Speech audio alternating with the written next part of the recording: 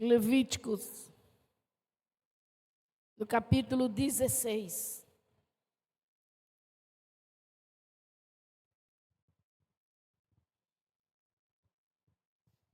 Aleluia. E a partir do versículo 29,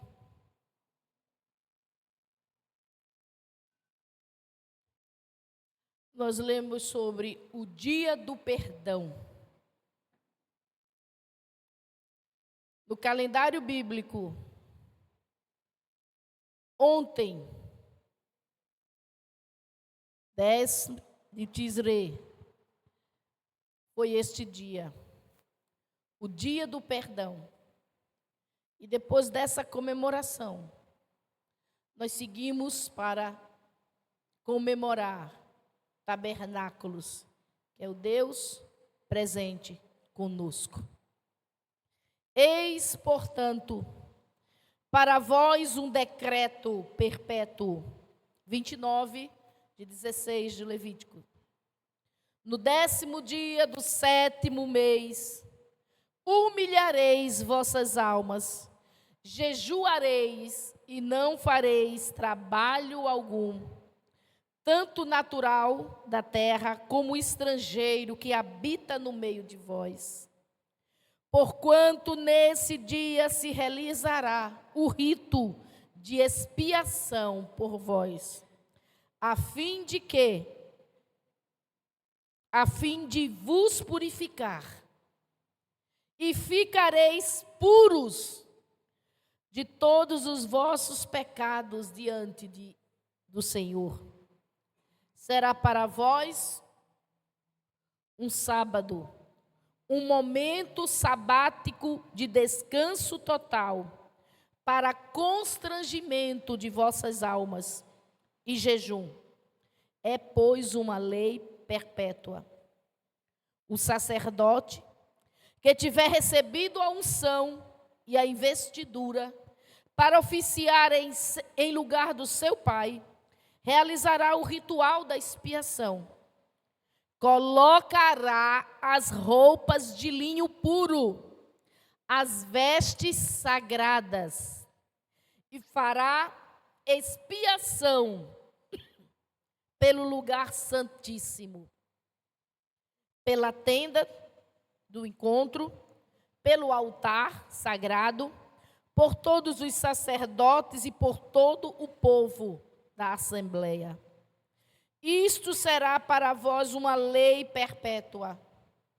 Uma vez por ano se celebrará o rito da expiação por todos os pecados dos israelitas. Uma vez por ano. E assim, no calendário que Deus determinou para Israel, o calendário que marca tempos especiais de Deus, não é o que nós chamaríamos uma festa, mas um dia especial para Deus, dentro do tempo do homem, porque Deus não tem calendário, Ele vive na eternidade. Mas dentro do tempo ordenado dos homens, do povo dele, o 10º dia do 7º mês era o tempo de fazer a expiação por todos os pecados da nação. Isso não excluía a restituição das falhas das pessoas umas contra as outras. Vamos entender que Deus estava dizendo, depois desse dia, continue a fazer as coisas erradas, porque daqui a um ano vai ter outro dia de expiação. Não era assim. A lei determinava castigos severos para os pecados de um contra o outro, desde a prostituição, a idolatria, a rebelião dos filhos contra os pais, o adultério, o abuso sexual, o roubo. Haviam penas para essas situações, penalidades, desde a morte até a restituição daqueles que defraudavam. Esse dia do perdão não interferia nisso. Esse dia do perdão era para tratar o homem com relação ao Senhor. O homem com relação ao seu próximo, que ele fez de errado com o seu próximo, ele tinha que resolver. Mas no dia de Yom Kippur, esse 10º dia, a nação sabia que estava diante de Deus. E tudo que ela havia feito, que entristeceu a Deus, interferiria a presença de Deus no meio deles, naquele dia seria coberto por um sacrifício de sangue. Um sacrifício especial, no dia da expiação. E esse dia, até os dias de hoje, é o dia em que os judeus não comem, não bebem água, não comem nada. É jejum total. E eles se humilham diante de Deus.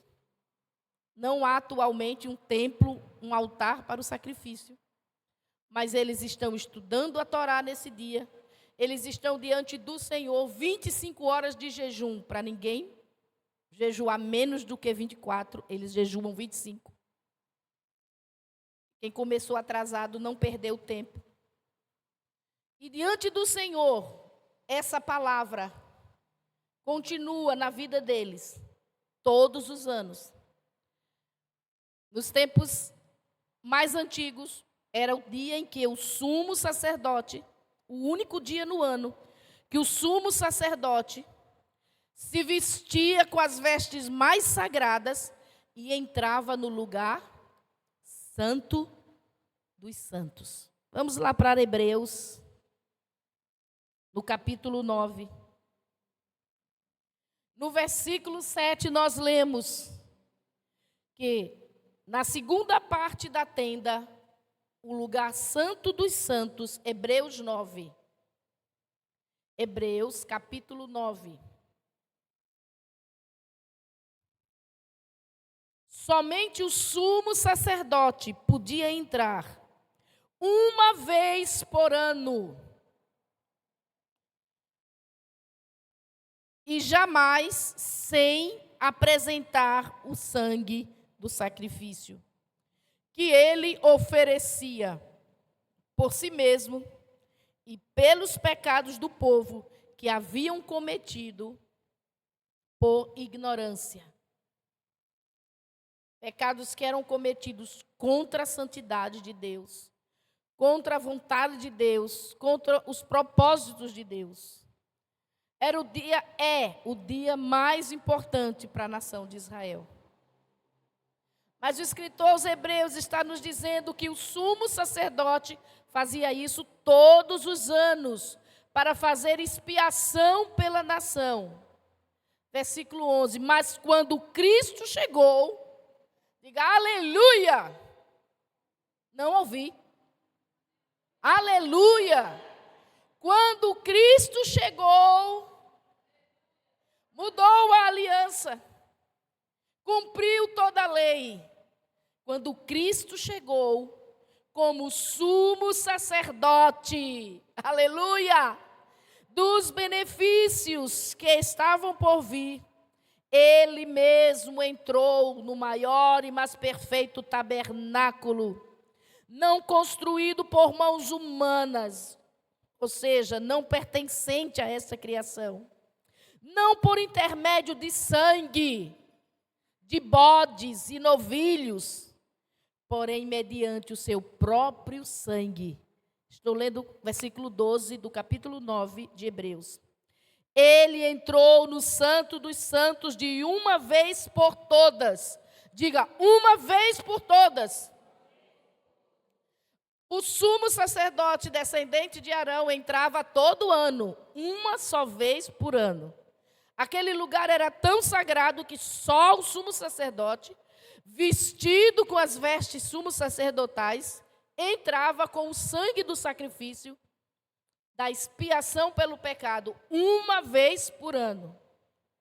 Mas todo ano ele tinha que fazer esse sacrifício novamente. Todo ano tinha que haver o dia do jejum total. Todo ano as pessoas tinham que se humilhar perdão dos seus pecados. Todo ano ele se vestia de um modo extraordinário, porque era uma roupa muito bonita do sumo sacerdote, mas não passeava com ela. Ele se vestia para entrar coberto de santidade diante da arca da aliança com o sangue da expiação.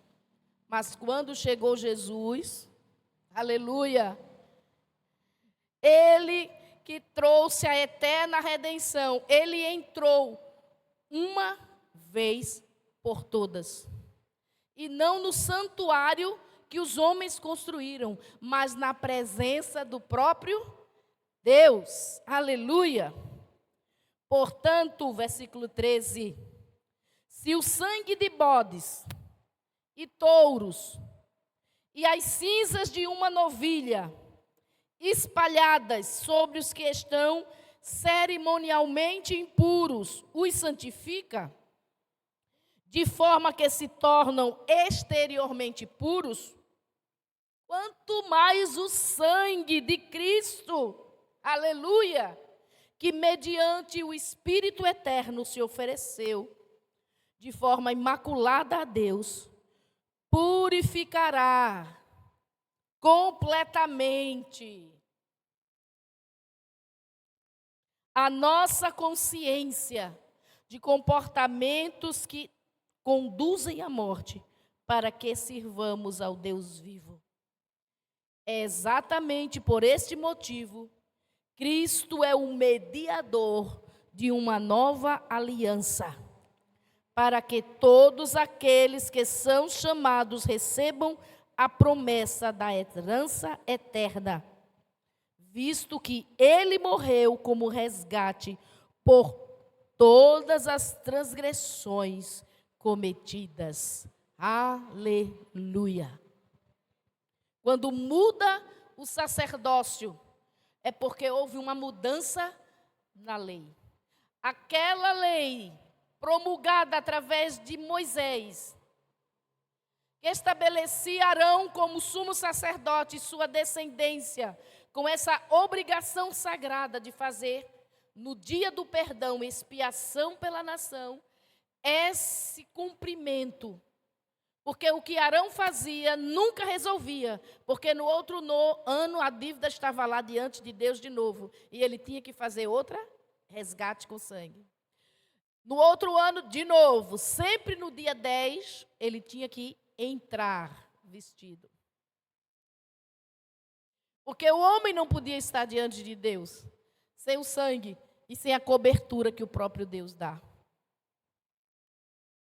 Aí veio Jesus. Tiraram todas as coberturas humanas dele, porque ele não tinha pecado algum. E ele se apresentou como oferta e sacrifício, e como sumo sacerdote. E ele não precisava de roupas sagradas. Ele não precisava estar vestido. Como foi que Adão perdeu a santidade? Quando foi se cobrir. E Jesus trouxe a santidade de volta ao homem, se descobrindo todo. Ele não precisava de nada para esconder nada na vida dele. É constrangedor pensar que ele estava nu quando ele se tornou o nosso sacrifício. Mas é animador pensarmos que ele não precisava de vestes para ser o sumo sacerdote da nossa redenção. Não havia pecado, não havia vergonha. Ele é o novo Adão, é o início de novo de Deus. E ele está ali se despindo de tudo que era humano, de toda a cobertura humana, porque ele viveu, cresceu e morreu por nós, sem cometer nenhum pecado. E o seu sacrifício se torna único, porque ele é perfeito. Ele resolve todas as nossas pendências de transgressões, de rebeldias, todas as nossas falhas contra o Senhor. Olha que diz no capítulo 10, o versículo 12. Jesus, versículo 12 do capítulo 10, havendo oferecido para sempre, diga para sempre, um único sacrifício pelos pecados, um único sacrifício pelos pecados, assentou-se à direita de Deus. Porque ele não foi com sangue de animais, não foi um bode que ele sacrificou, não foi o bode mais perfeito que ele encontrou, que ele sacrificou. Ele se tornou o homem perfeito. Aleluia! Ele se tornou a oferta perfeita. Ele sofreu tentação, sofreu privação, sofreu tudo que o homem sofre e manteve-se sem pecado. Porque ele escolheu dar a sua vida em nosso lugar, ser o sacrifício perfeito, para que de uma vez para sempre, aleluia, o que estava no coração do Deus eterno, já antes que os mundos fossem criados, se estabelecesse a redenção desse objeto, vamos dizer assim, do amor de Deus, que é a criatura criada em Cristo agora, para ser eternamente amado e companheiro de Deus. Amém? A primeira criação, Deus faz Adão. Adão é a humanidade pecadora. A segunda criação é a redenção em Cristo. E essa é a nova criação. É mais maravilhosa do que a primeira. Porque ela estabelece essa vida eterna para todos que nascem de novo pela fé em Cristo Jesus. Com base em quê? Na sua bondade? Não. Na nossa fidelidade? Não. Nos nossos louvores? Não. Com base no único sacrifício perfeito realizado por Jesus Cristo. Aleluia! Portanto, versículo 14, com uma única oferta, aperfeiçoou por toda a eternidade, para sempre. Por toda a eternidade. Podemos compreender isso, que estaremos para sempre com o Senhor, por causa do sacrifício de Jesus Cristo. Seremos um dia transformados, glorificados, aperfeiçoados, seremos santos diante dEle, o veremos como Ele é, sem risco de transgredirmos mais, porque com esse sacrifício Ele nos aperfeiçoou para a eternidade. Aleluia! Aperfeiçoou por toda a eternidade todos quantos estão sendo agora santificados. Ainda não somos perfeitos, mas seremos aperfeiçoados para a eternidade. Mas já estamos sendo santificados. Quando o Espírito Santo veio nos sela, ele é a indicação que somos do Senhor. E a cada dia caminhando nessa consciência de que somos do Senhor, vamos lavando as nossas sujeiras, transformando nossa mente, o nosso coração pela palavra de Deus e sendo purificados e santificados para o Senhor, o nosso Cristo. Aleluia! Volte para o capítulo 9. Aleluia! Versículo 24. Pois Cristo não adentrou um santuário erguido por mãos humanas. Uma simples ilustração do que é verdadeiro. Ele entrou nos céus para se apresentar diante de Deus em nosso benefício. Entenda, o sumo sacerdote no dia da expiação, todos os anos entrava no tabernáculo, depois na construção do templo.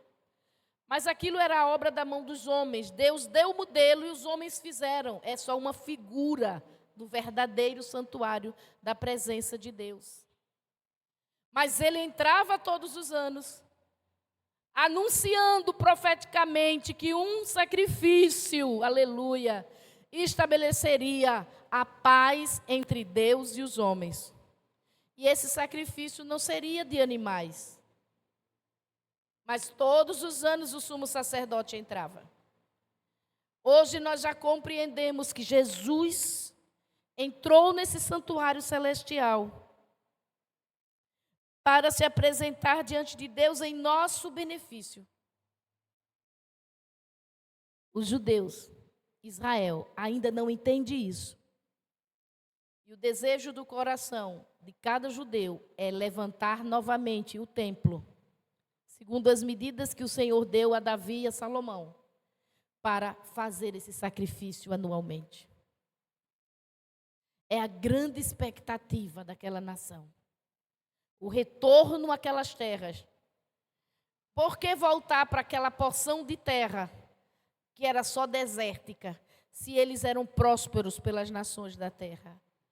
Também para reconstruir esse lugar único onde eles poderiam fazer a expiação dos seus pecados diante de Deus. Pense, irmãos, o valor disso para eles. Entenda, se você fosse ensinado que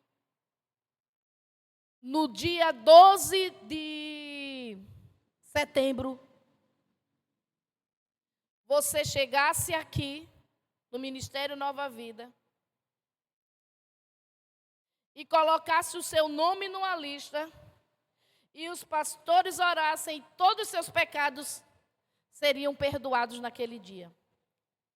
O que aconteceria com você no dia 12 de setembro? Viria ou não viria aqui? Viria, mancando, perturbado, sem dinheiro, você dava um jeito. Se você fosse ensinado que naquele dia Deus abria uma porta e através de uma oração seus pecados seriam perdoados, você faria peregrinação e muitos mais. Porque o homem sabe que é pecador e que precisa de perdão. Mas não é assim. Eu só estou dando esse exemplo para você entender como é precioso para eles reconstruir o templo. Porque esse sacrifício não pode ser feito em qualquer lugar. Este sacrifício tinha que ser feito no templo construído sobre o Monte Moriá. É o único lugar de onde Deus disse que ouviria-os. É o lugar de onde Deus disse que o sumo sacerdote tinha que entrar uma vez por ano e fazer a expiação. Como eles não têm esse lugar, eles se desdobram em orações, confiando na misericórdia de Deus, até o tempo da restauração do templo. Eles não compreenderam que Jesus cumpriu esse ritual, sendo Ele mesmo a realização da lei. Porque o sangue de bodes não resolve a situação. Todo ano tem que fazer de novo, tem que fazer de novo. Mas estava dizendo a eles de um tempo em que Deus levaria sobre si as transgressões. O tempo em que Ele tomaria sobre si, que o Cristo de Deus, o ungido de Deus, viria para trazer o perdão de todos os pecados. E que oremos para que os olhos possam ser abertos de todos quantos precisam alcançar essa redenção. Amém? Olha o que o texto diz. Versículo 24, no finalzinho. Ele entrou nos céus. Jesus está na cruz. Ele morre. Ele é ressuscitado porque a morte não podia detê-lo, porque ele foi conduzido sem pecado, ele se entregou. E quando ele é ressuscitado, ele vai perante o Eterno com a oferta do seu próprio sangue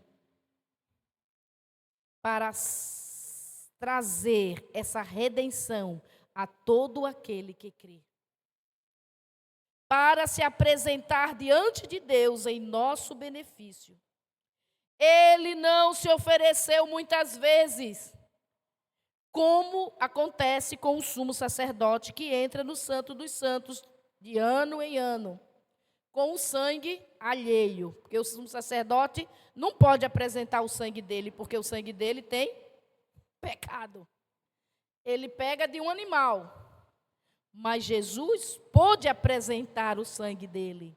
Por isso, esse sacrifício é perfeito. Pelo homem, a vida do homem. A vida do animal nunca redimiria completamente o homem, porque é uma existência inferior. Pelo homem, a vida de um homem. Pelo homem pecador, pela humanidade pecadora, a vida de um santo.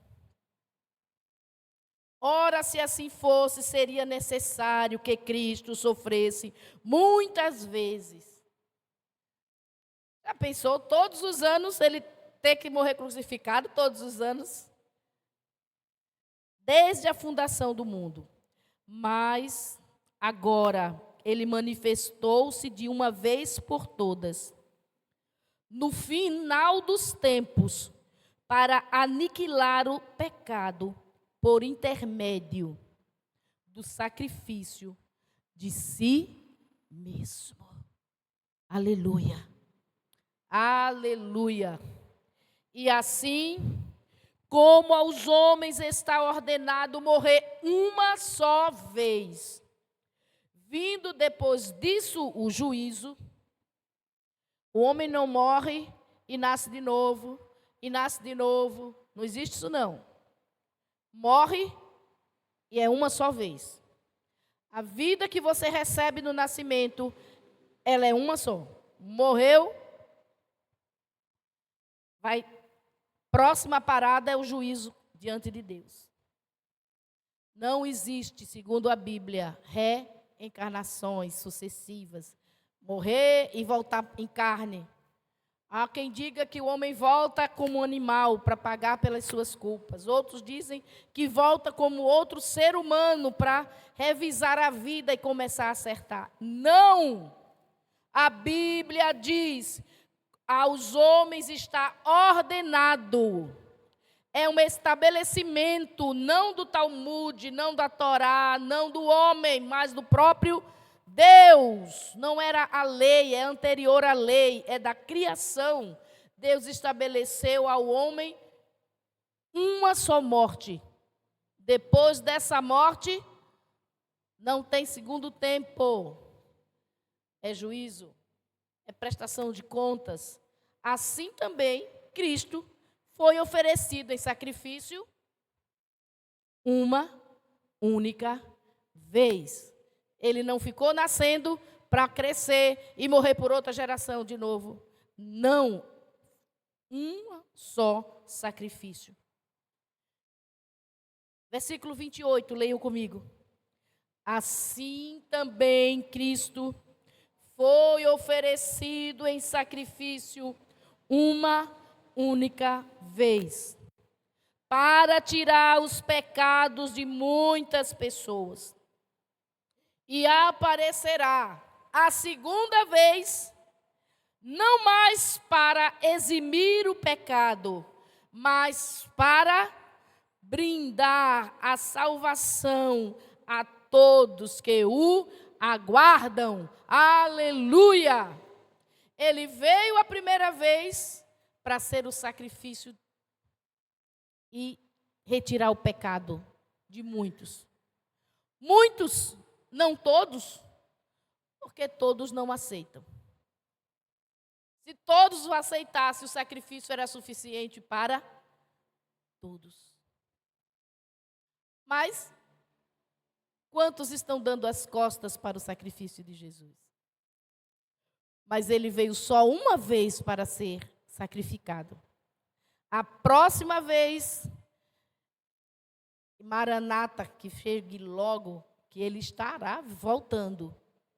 Ele vem agora com a salvação, com a vida eterna, essa passagem da morte para a vida, para todos os que o aguardam.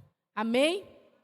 A obra que foi começada, vamos dizer assim, com sua morte na cruz, vai ser realizada plenamente na sua vinda gloriosa, quando haverá ressurreição de todo aquele que crê. E segue-se assim, que a sua morte na cruz, a sua ressurreição e a sua subida aos céus, quando os anjos disseram à multidão que com os olhos atentos o viam subir, esse Jesus que assim vocês estão vendo subir, ele há de vir. E segue-se que, com sua morte e ressurreição e o seu retorno à eternidade, para estar à direita de Deus como aquele que toma o livro e quebra os selos e estabelece o fim dos tempos. Aleluia. Segue-se que virá o seu retorno, não mais como cordeiro, mas ele volta plenamente como leão, com a divindade e a realeza de Rei dos Reis e Senhor dos Senhores. E todos que o traspassaram vão se lamentar. E as nações da terra que não o reconheceram vão ter que se dobrar e reconhecer que ele é o Senhor. Porque jamais ele será sacrificado, tocado, machucado pelos homens novamente. Essa obra ele realizou. E foi perfeita. E foi plena. Amém? Nós não precisamos de um lugar para ser perdoado. Nós não precisamos de uma penitência para receber perdão. Nós não precisamos de fazer sacrifício nenhum para chegar a Deus. Ele fez por nós. Como vai dizer o escritor dos Hebreus, portanto, tenhamos ousadia para entrar na presença de Deus, porque Ele inaugurou o caminho. Aleluia!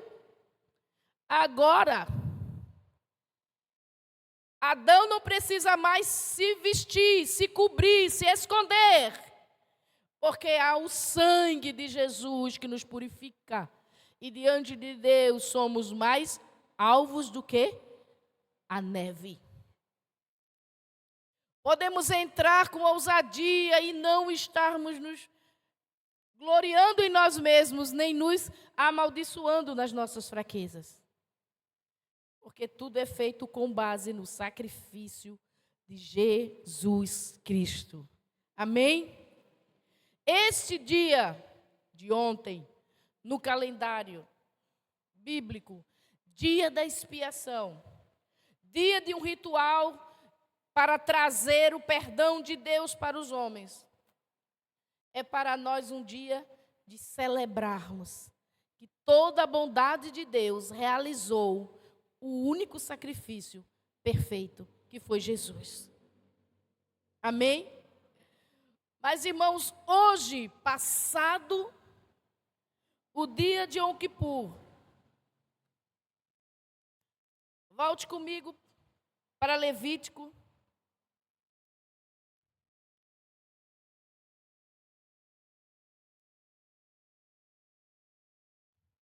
Passado o ritual de Yom Kippur, que é o dia da expiação em Israel,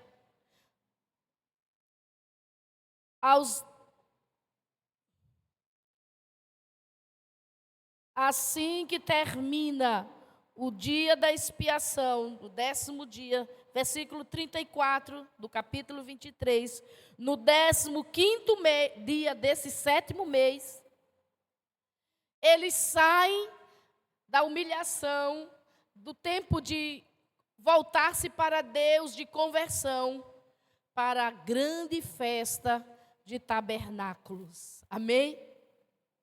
Para chegar à grande festa, que celebra a presença de Deus e o cuidado de Deus, eles passam pela expiação do dia do perdão. E 5 dias depois do terrível dia de humilhação e arrependimento e jejuns, e de orações e de fazer justiça, cuidando dos órfãos e dos necessitados da sua terra, eles se preparam e iniciam a grande festa, que é chamada a festa de Sucote, ou tabernáculos, cabanas. E o que é essa festa? Versículo 39. Depois de terminadas as colheitas, haverá uma festa em honra de Deus, o Senhor. Esta festa começará no dia 15 do 7º mês e seguirá até o dia 22. No primeiro dia e no 8º dia, absolutamente ninguém deverá empreender qualquer trabalho. No primeiro dia tomareis frutos formosos das melhores árvores. Cortareis lindas folhas de palmeiras, galhos, ramos de árvores frondosas, de salgueiros, e vos regozijareis durante 7 dias diante do Senhor. Aleluia. Celebrareis uma grande festa ao Eterno durante 7 dias, todos os anos. É lei perpétua para vós e vossos descendentes. Habitareis durante 7 dias em cabanas, feitas de galhos de árvores, a fim de que, versículo 43,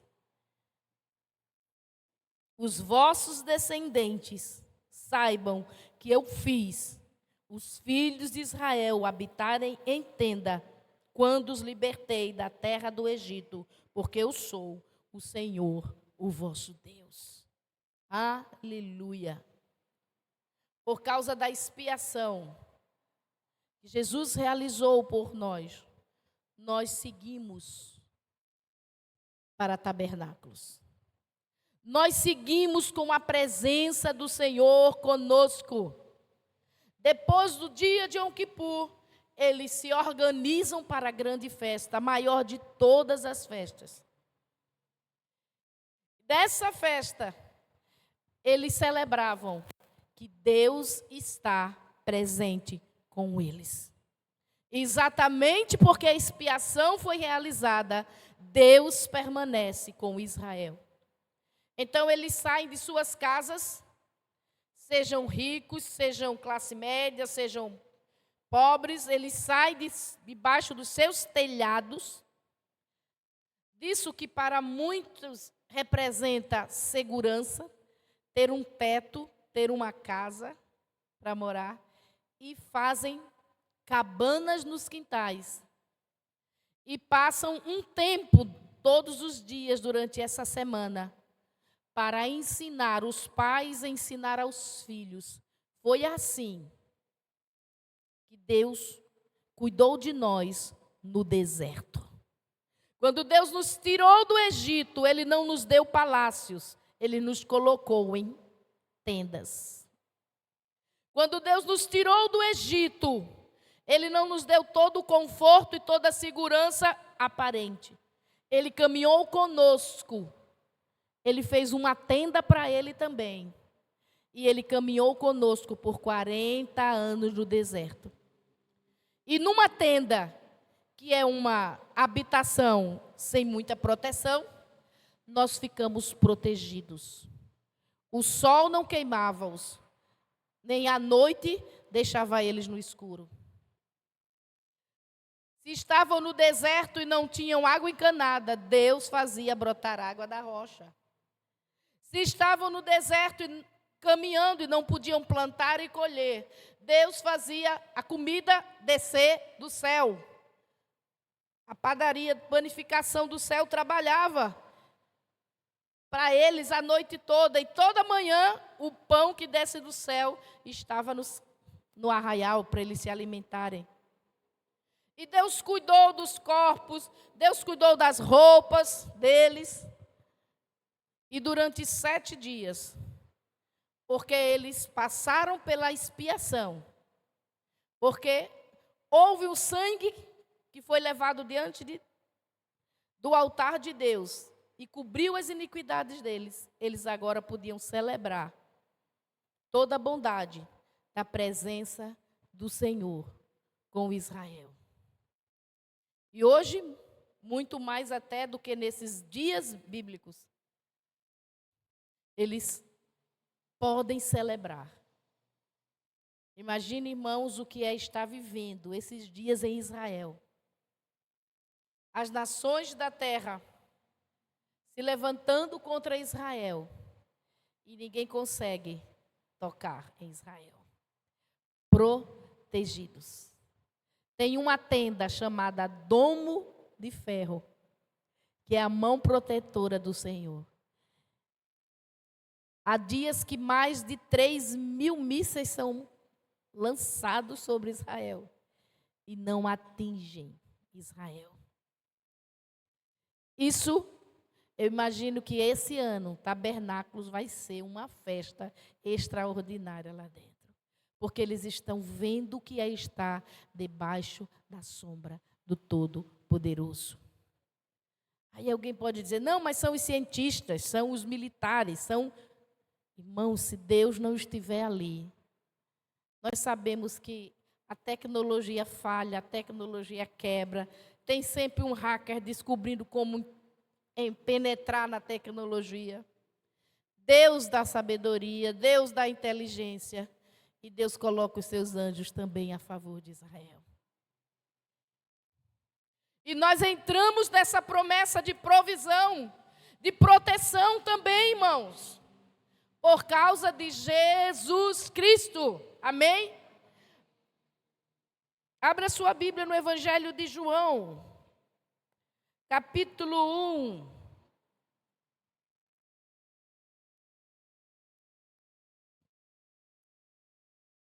Tem guerra contra nós? Tem. Tem inimigos tentando nos devorar? Tem. Tem armadilhas forjadas contra a igreja? Tem.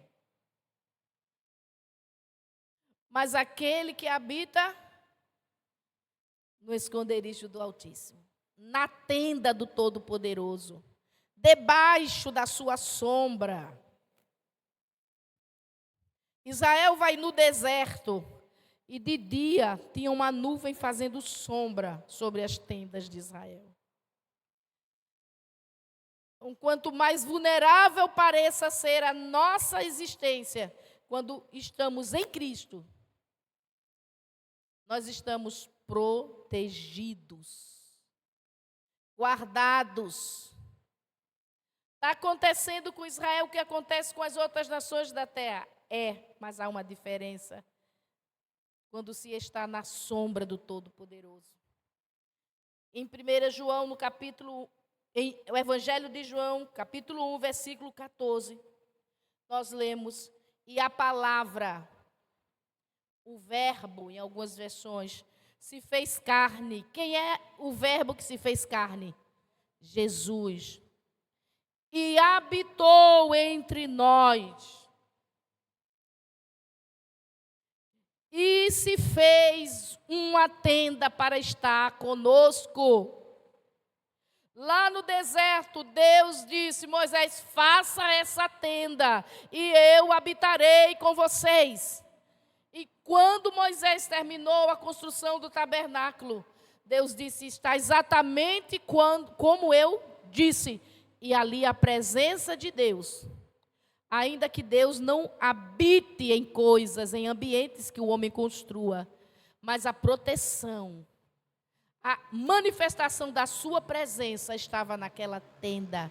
E era como se Deus estivesse ali com eles, guardando-os e protegendo-os, como os protegeu de todos os inimigos. Agora, o evangelista João, inspirado pelo Espírito, está nos dizendo que Jesus trouxe e vimos a sua glória, glória como do unigênito do Pai, cheio de graça e de verdade. Jesus é tabernáculo de Deus conosco, é a presença de Deus conosco. A mesma expressão que está ali. E ele habitou, se fez carne e habitou. É a mesma palavra para tabernaculou. Ele fez uma tenda, ele aceitou habitar numa tenda para estar junto dos homens. Amém? Ele se despiu da sua glória e se revestiu dessa carnezinha nossa, que envelhece, que adoece. Esse tabernáculo, como Paulo disse, se esse meu tabernáculo estivesse consumindo, eu não vou me desesperar, porque eu vou envelhecer, eu vou adoecer, eu vou morrer. Mas eu tenho um tabernáculo diante de Deus, que será eterno.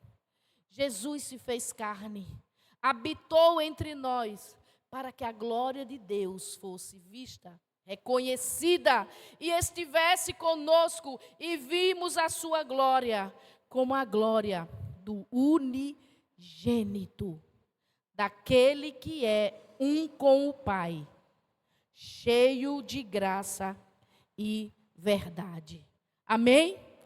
Porque houve o sacrifício de Jesus Cristo.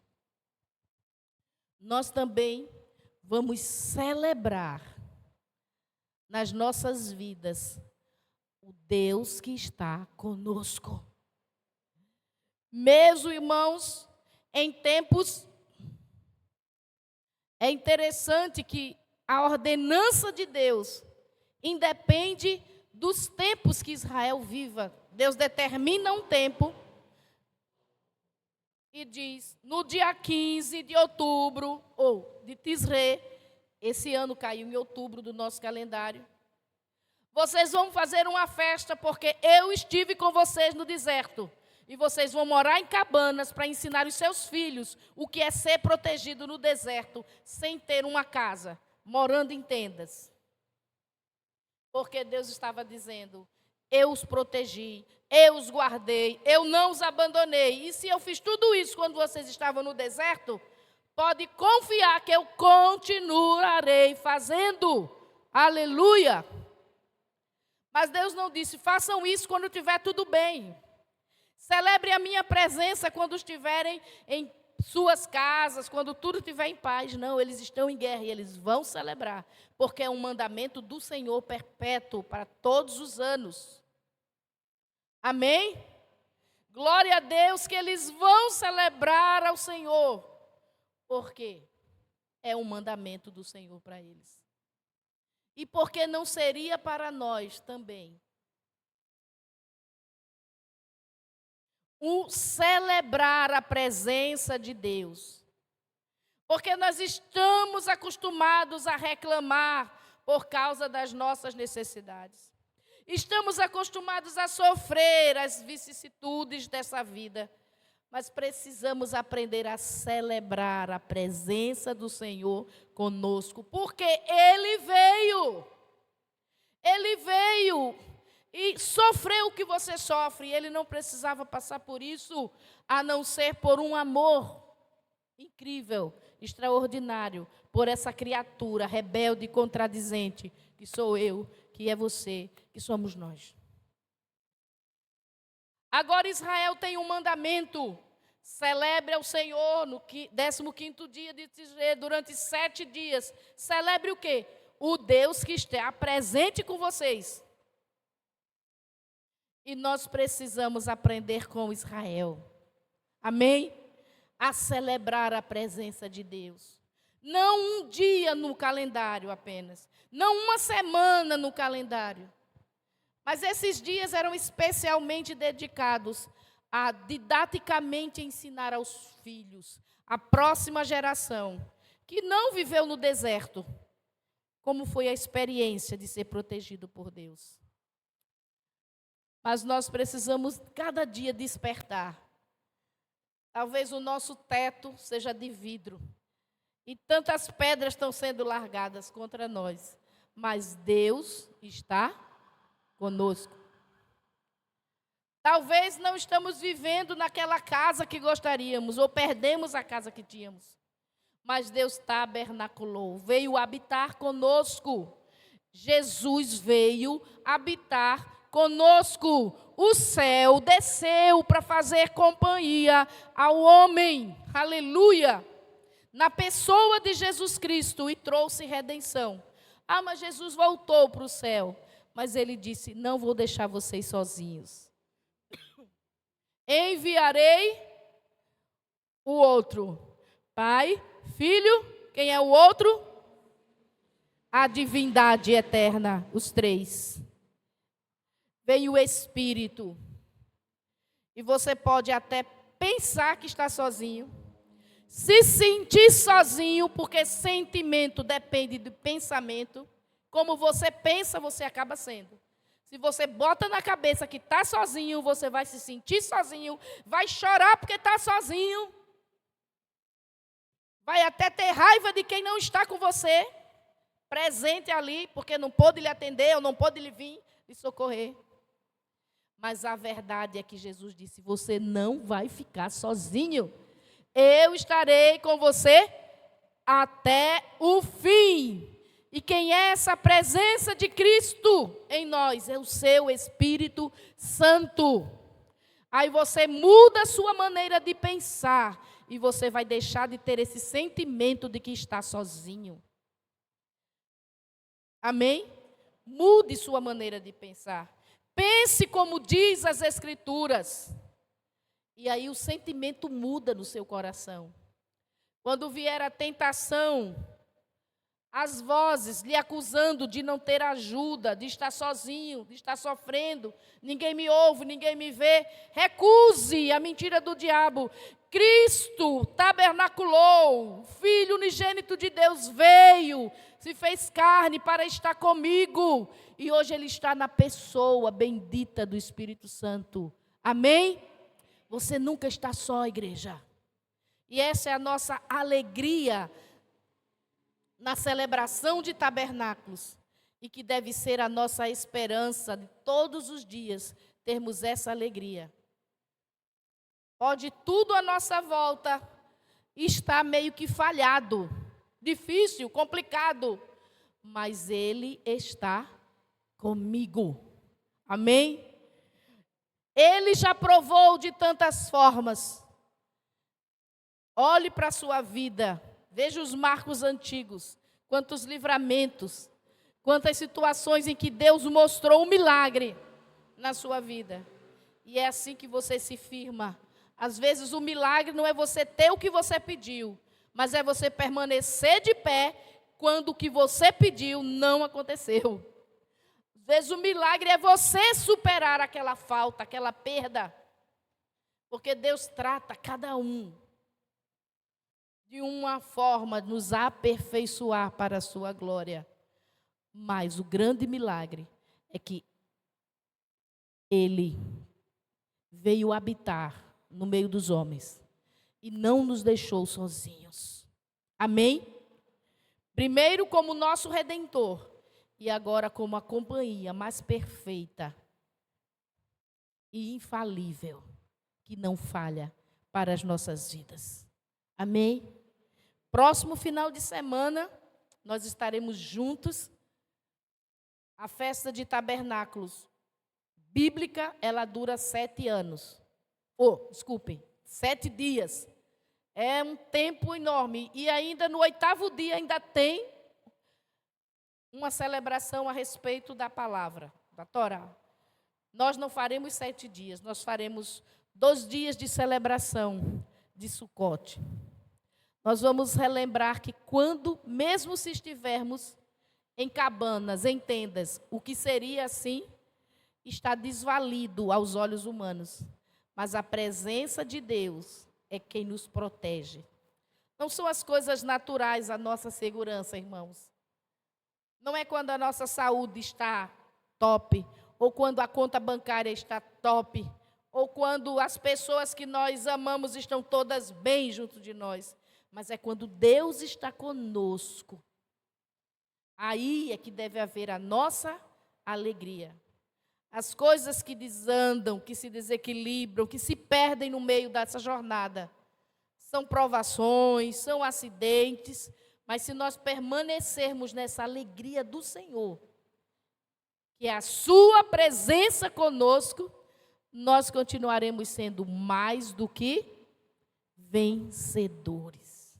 Amém? Por causa de Cristo que nos amou.